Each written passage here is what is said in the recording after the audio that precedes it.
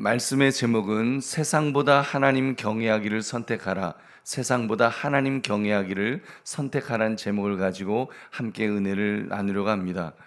여러분은 누구를 가장 두려워하십니까?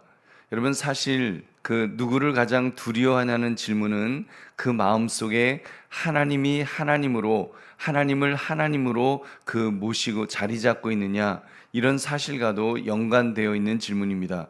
하나님을 하나님으로 믿는 사람은 하나님을 가장 두려워할 것입니다. 왜냐하면 그는 생사화복을 주관하시는 전능자이시기 때문에, 그가 가장 강하신데, 그가 가장 전능하신데, 그가 왕 중의 왕이신데 어떻게 하나님을 가장 두려워하지 않겠습니까? 만약 세상에 다른 그 어떤 것을 더 두려워한다면 그 사람의 마음속에 있는 하나님은 진정한 의미의 하나님은 아닐 것입니다. 여러분, 조금씩 변질되어 버린 나약한 하나님이시겠죠.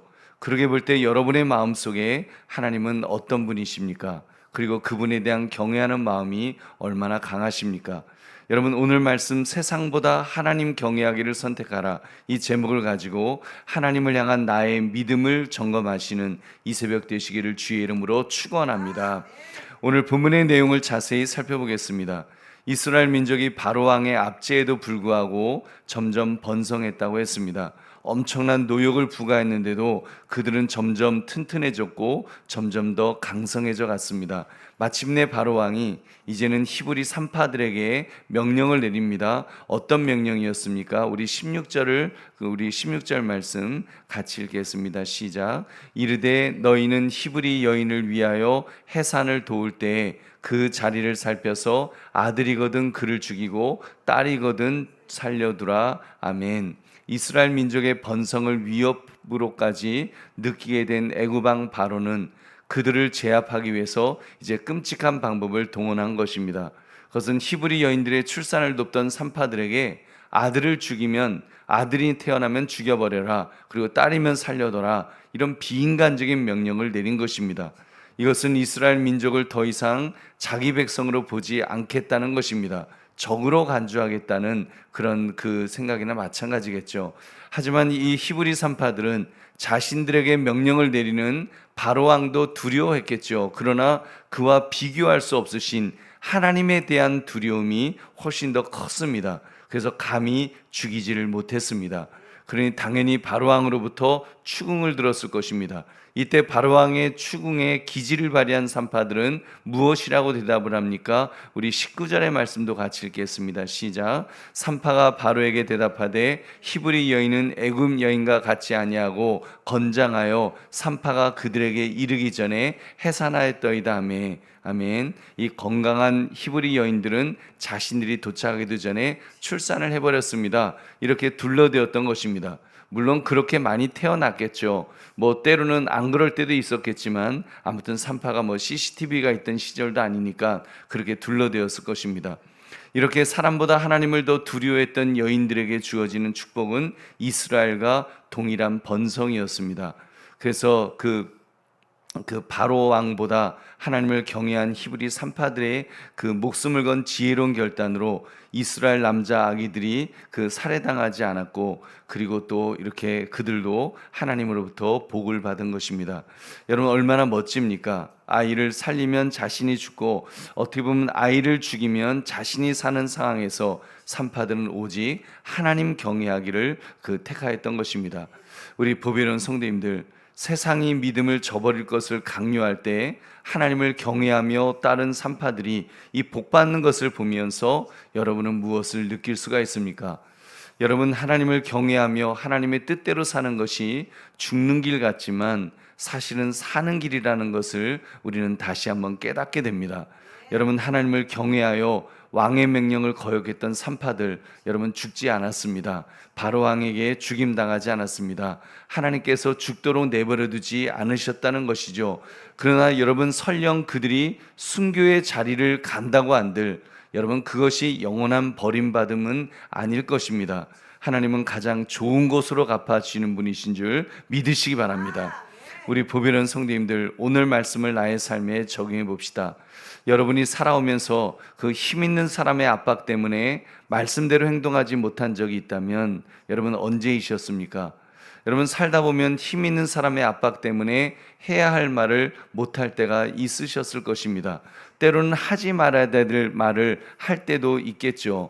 여러분 그러면서 결국 후회하시지 않으셨습니까? 여러분 저도 그런 일이 있었습니다. 제가 정말 수없이 말했던 건데 좀 다른 이유 때문이었습니다만 힘 있는 경찰 앞에서 교통 위반을 했을 때 깨끗하게 죄를 자백하지 못하고 이렇게 변명하려고 한 적이 있었습니다. 배가 아프지도 않았는데 배 아픈 척하면서 거짓말을 했었습니다. 그렇다고 용서를 받았을까요? 용서도 못 받았습니다. 근데 여러분 다행히 용서를 못 받았습니다. 그래서 그때 결심을 제가 했다 그랬죠. 다시는 목사가 돼가지고 그렇게 비굴하게 거짓말하지 않겠다. 그래서 그 다음부터는 이제 티켓 뛸 일 있으면 그냥 면허증 주고 그냥 뛰세요 하고 그냥 주고 맙니다. 좀 창피하더라고요. 그때 아니 그렇게 근데 여러분 한번 생각해 보십시오. 그때 제가 거짓말했는데 경찰이 봐줬다고 해 보십시오. 아마 그게 더 문제였을 것 같습니다. 그때 만약에 봐줘갖고 거짓말했더니 경찰이 다 봐줬다. 그래서 잘 이렇게 통과가 되었다. 여러분 그러고 나면 아마 하나님을 경외하며 정직하지 못하고 거짓말했더니 살 길이 열리는구나. 그럼 그 다음부터 여러분 그 살 길을 찾아서 계속해서 거짓말하지 않겠습니까? 그리고 거짓말을 낳고 거짓말이 더 큰 거짓말을 낳고 나중에는 완벽한 거짓말을 준비하면서 다니는 그런 목사가 되었겠죠. 여러분 오히려 그게 더 위험한 것입니다. 여러분 하나님 경외하기보다 세상을 택했더니 잘 되었다. 근데 사실 오늘 본문은 잘 되었다라는 그런 내용입니다만 여러분 사실 그게 더 위험할 수 있습니다. 여러분 그렇게 하나님에게로 돌아올 가능성이 더 줄어들 것이기 때문에 여러분 세상의 달콤함에 점점 빠져들 것입니다. 아마 그렇겠죠. 산파들은 그 거짓말했다고 해서 그거 발각돼 갖고 더 큰 벌 받았다. 그러면 그 다음에는 다른 산파들이 이제 해야 될 거 아닙니까? 그러면 애굽에서 그 이스라엘 아이들 남자애들 다 죽였을 테니까 하나님이 죽이지 못하도록 그 산파들을 보호해 주신 줄로 믿습니다. 하나님은 필요하시면 보호하시겠지만 여러분 사실 때로는 우리가 하나님을 더 경외했다고 해서 항상 모든 일이 다 잘 되는 그런 것은 아니지 않겠습니까? 여러분 오히려 안 될 때가 사실은 더 많겠죠. 여러분 우리가 하나님을 택하고 세상을 택하지 않으면 손해 볼 때가 사실은 더 많습니다. 어려울 때가 더 많고 그것 때문에 정말 망할 것 같을 때가 분명히 더 많을 것입니다.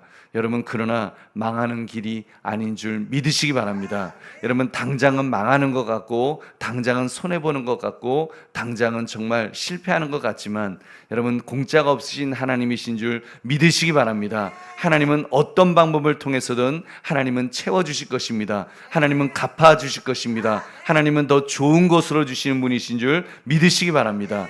여러분 그러므로 세상보다 하나님 경외하기를 선택하라 이 제목처럼 하나님 경외하는 것은 믿음의 사람의 마땅한 본분임을 우리는 그냥 복받기 위해서 하나님을 경외하는 것이 아니라 믿음의 사람은 마땅히 정말 하나님 경외하겠습니다. 내가 죽을지언정 순교의 자리를 갈지언정 나는 하나님 경외하겠습니다. 이렇게 결단하며 살아가시는 저와 여러분 되시기를 주의 이름으로 축원합니다.